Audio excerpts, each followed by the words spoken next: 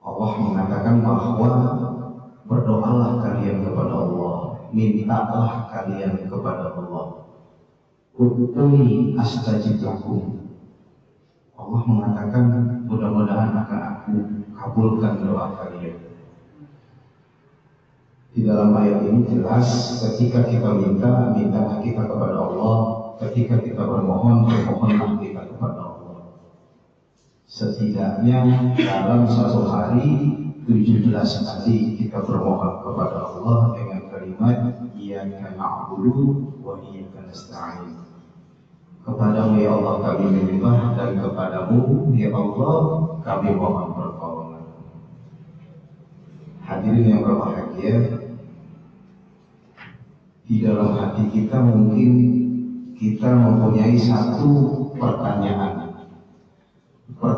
di dalam hati kita maupun hal yang akan kita tanyakan kepada orang lain.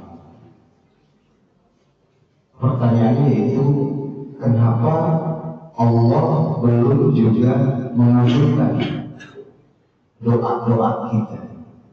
Allah belum mengijabah keinginan kita. Allah belum merealisasikan hajat kita.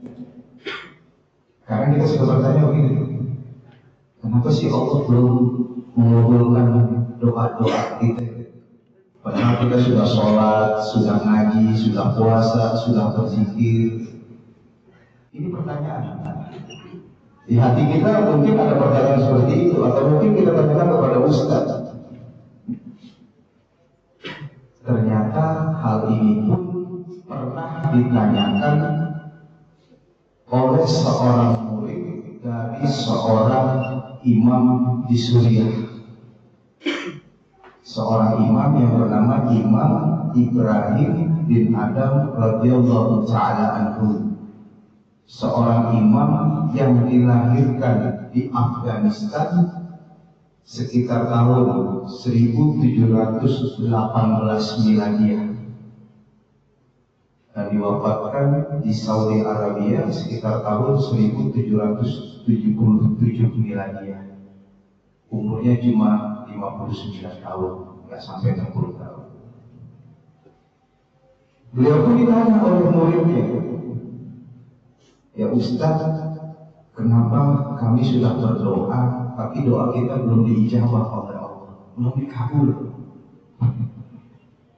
Lalu Imam Ibrahim sedikitnya memberikan jawaban. Mudah-mudahan jawaban ini dapat dijadikan ibrah, pelajaran pada malam hari ini. Yang pertama, beliau mengatakan bahwa bagaimana doa-doa kita ini akan dikabul oleh Allah, bagaimana doa kita akan diijabah oleh Allah, sementara kita hanya baru mengenal Allah sebagai Rabb kita. Tetapi syariat-syariat Allah, hukum-hukum Allah, perintah-perintah dan larangan Allah tidak dijalankan. Itu yang pertama. Jadi bagaimana doa kita mau dikabul oleh Allah sementara syariat hukum Allah tidak kita jalankan?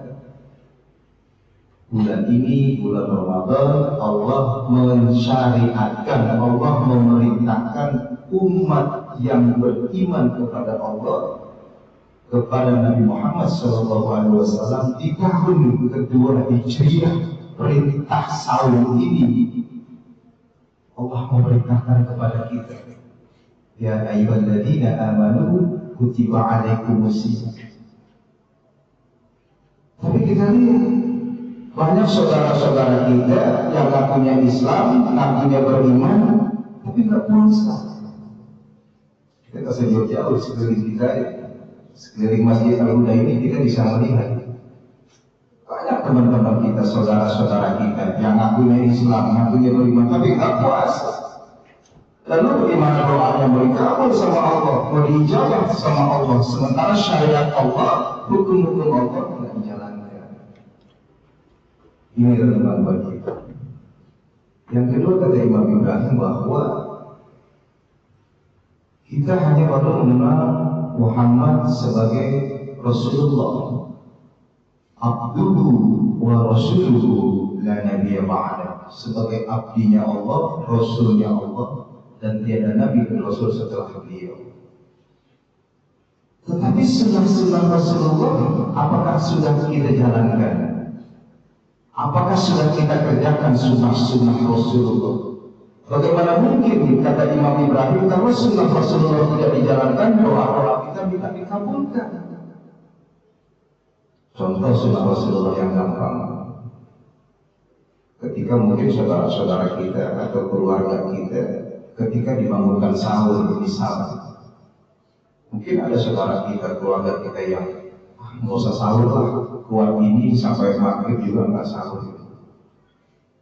Betul, emang kuat. Tapi sahur itu sunnah. Sahur itu sunnah.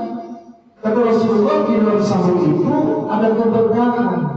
Tetapi banyak saudara-saudara kita yang tidak melaksanakan sahur, bahkan subuhnya pun kelewatan. Bagaimana doa kita mau dijawab? Masjid-masjid, awal masjid, awal kita tarawih, itu jemaah subhanallah, budak jemaah. Sekarang di malam yang ke-15 atau ke-16 ini, kita bisa lihat jemaah kita semakin lama semakin maju dekat sama imam. Yang lain nggak tahu kemana. Ustaz, ini kan sunnah Ustaz, dikerjakan berpahala, ditinggalkan nggak berdosa Ustaz. Siapa bilang? Betul, Rasulullah hanya mengerjakan qiyamul lail, sholat tarawih itu hanya 3 malam, betul-betul berjamaah. Selebihnya Rasulullah sholat di rumah dan tidak ada lagi sholat tarawih. Tetapi Ubay bin Ka'ab pada zaman Umar bin Khattab melanjutkan sunnah Rasulullah ini tarawih hingga 1 bulan. Ini kan kebaikan sunnah Rasulullah yang tidak kita kerjakan. Buka puasa kita coba kita lihat, tiap hari buka puasa di sini. Saya suka merhati itu. Rasulullah buka puasa dengan seteguk air dan 3 butir kurma.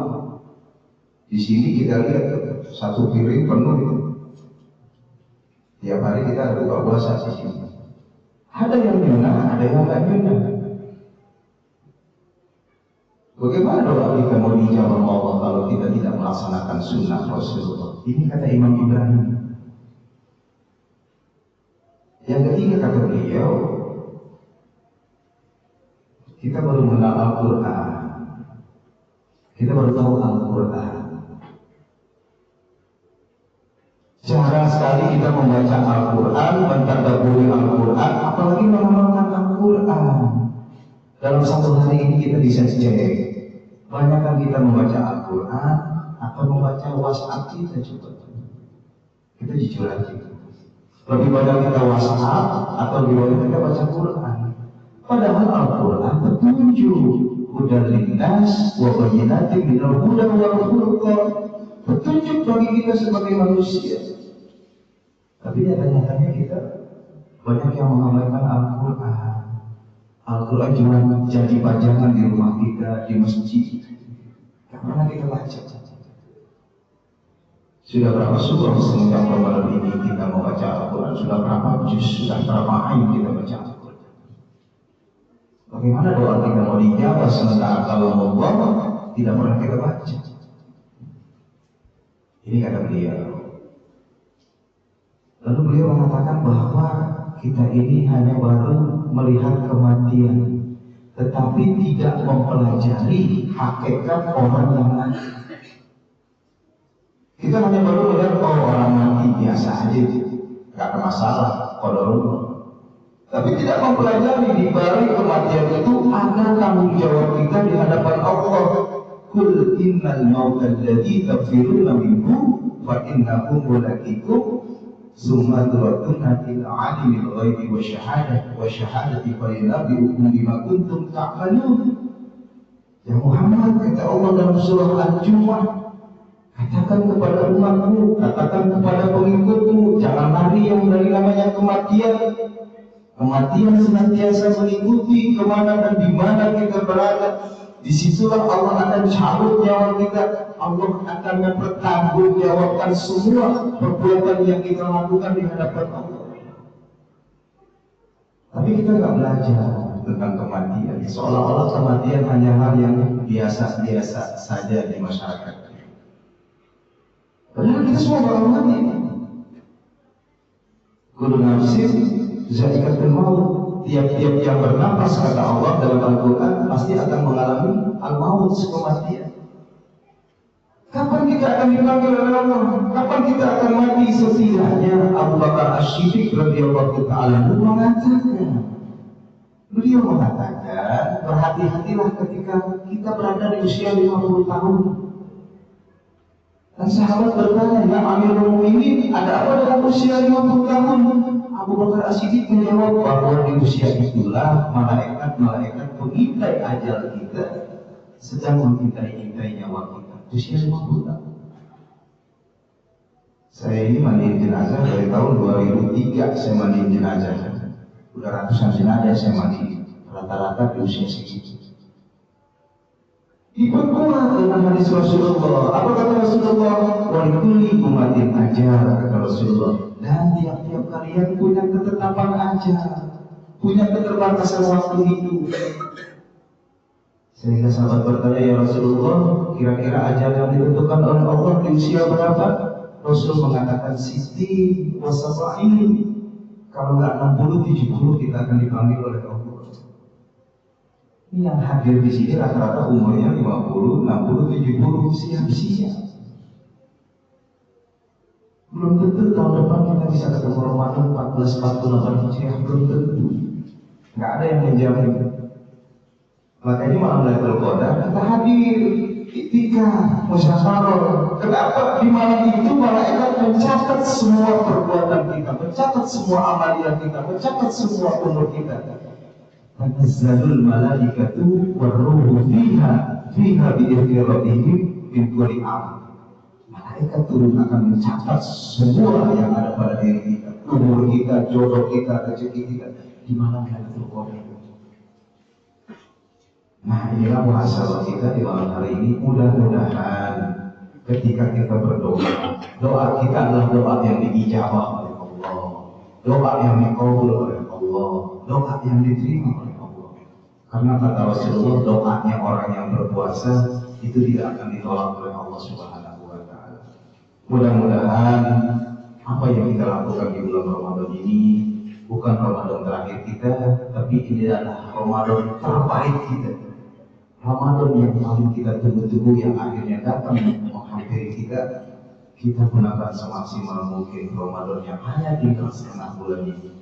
Mudah-mudahan Allah sampaikan umur kita saling dari Ramadan, sehingga kita bisa wali tukabbirullaha ala ma'adakum wa la'allakum tashkurun. Kita bisa bertakbir memandangkan asma Allah sebagai wujud rasa syukur kita, orang-orang yang baru keluar dari ibadah puasa. Nasrun minallah wa fathun qarib, billahi taufiq wal hidayah. Assalamualaikum warahmatullahi wabarakatuh.